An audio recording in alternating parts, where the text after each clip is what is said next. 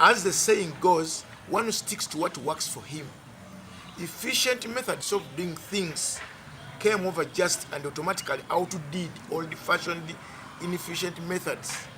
Leaders like IDD Amin were nostalgias looking behind. We Ugandans need to accept and appreciate that non-black people have able brains. We need to work together with them and not hate them. This is demonstrated in the fact that everything we use in our daily life has a non-black man's input. Be it in radios, pens, clothes, phones, shoes, cars, yet the resources they use are from Africa. Whatever is African by origin seems to be inferior. Say backcloth, arrows, drums, grass-thatched huts, etc. We do not have a Ugandan Newton's law or a Ugandan Microsoft.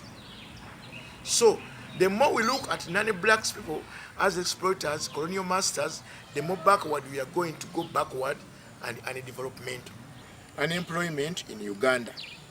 Basically, after IDD Amin, infamous economic war, unemployment became rampant.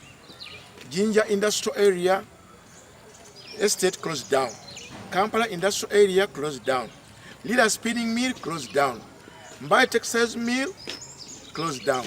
The result was Uganda, which was ahead of Kenya, Tanzania, Rwanda, Zaire, Sudan in terms of economic development, fell behind all our neighbors.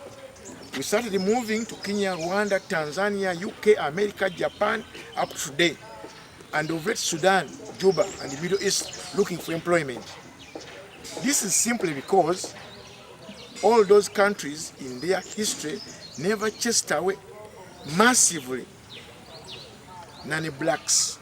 So no matter which leader will come in Uganda, as long as that racial friction exists in this country, nothing much will improve in the field of employment and economic development.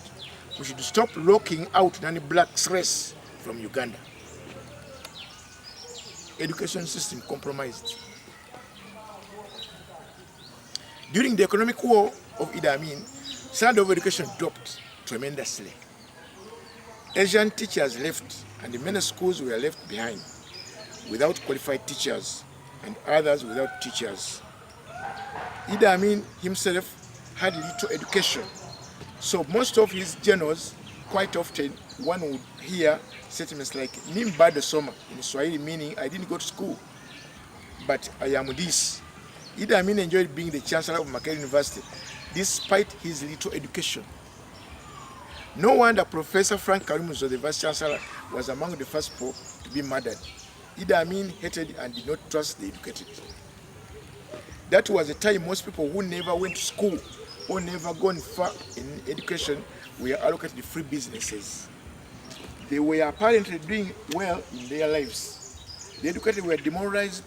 So many people, so many schools, going youth, abandoned schools in search of mafuta mingi, get rich quick.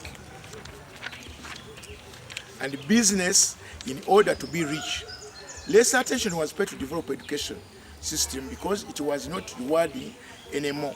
The focus was to develop through business and not through education as before. No effort was made to revolutionize education system to match the sudden change of demand for entrepreneurial, innovative, and technological manpower in the economy. The education system remained static and education lost value up to today. Unqualified people became managers and suddenly rich. The education system should be remodeled to address the gap in entrepreneurship, innovators, and industries created by Asian exodus. The system only teaches how to use what is already created. It should teach how to create. It should stop producing only the professional stereotype. The standard of university education was equally effective up to today. This is where you find a very expensive graduate come out, but unskilled.